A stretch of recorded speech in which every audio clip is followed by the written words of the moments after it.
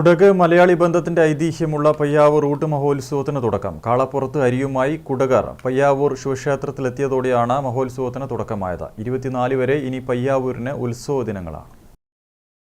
കേരള കർണാടക ബന്ധം ഊട്ടിയുറപ്പിച്ചുകൊണ്ട് പൗരാണിക കാലം മുതൽ ദേവന് കാഴ്ചവെക്കാൻ കുടകിൽ നിന്നുള്ള ഭക്തർ കാളപ്പുറത്ത് അരിയുമായി പയ്യാവൂർ ശിവക്ഷേത്രത്തിലെത്തിയതോടെയാണ് മഹോത്സവത്തിന് തുടക്കമായത്. കർണാടക കുടക് ജില്ലയിലെ ബഹൂരിയൻ മുണ്ടയോടൻ തറവാട്ടുകാരാണ് പൗരാണിക കാലം മുതൽ പയ്യാവൂരപ്പന് അരി സമർപ്പിക്കുന്നത്. കിരാതമൂർത്തിക്ക് സമർപ്പിച്ച അരി ഉപയോഗിച്ചാണ് ക്ഷേത്ര ചടങ്ങുകൾ നടത്തുന്നത്. പയ്യാവൂർ ശിവക്ഷേത്രം chairman Biju Thaliyil, executive officer CV Aneesh എന്നിവരുടെ നേതൃത്വത്തിൽ കുടകരെ ക്ഷേത്രത്തിലേക്ക് സ്വീകരിച്ച് ആനയിച്ചു.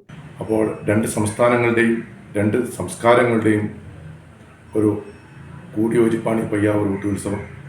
കുടകരുടെയും മലയാളികളുടെയും ഒരു ഒത്തുചേരലാണ് പയ്യാവൂർ ഊട്ടുത്സവം. എല്ലാ ജാതിമത രാഷ്ട്രീയങ്ങൾക്കും അപ്പുറം നല്ലൊരു സാംസ്കാരിക സന്ദേശം നൽകുന്നതാണ് പയ്യാവൂർ മഹാക്ഷേത്രത്തിലെ ഊട്ടുത്സവം. ഇന്നു മുതൽ കുടകിൽ നിന്നും കാളപ്പുറത്ത് അരിയുമായി എത്തിയതോടുകൂടി പയ്യാവൂർ ഊട്ടുത്സവത്തിന് തുടക്കമായി. കുംഭം 10-ാം തീയതി, അതായത് ഫെബ്രുവരി 22-നാണ് മഹോത്സവം. അന്ന് ചൂളിയാട്ടം എന്ന് വരുന്ന ഓമനക്കാഴ്ചയും തുടർന്ന് നടക്കുന്ന കുടകരുടെ മടക്കയാത്രയുമാണ് ഈ ഉത്സവത്തിൻ്റെ അതിപ്രാധാന്യമായ ഒരു ചടങ്ങ്.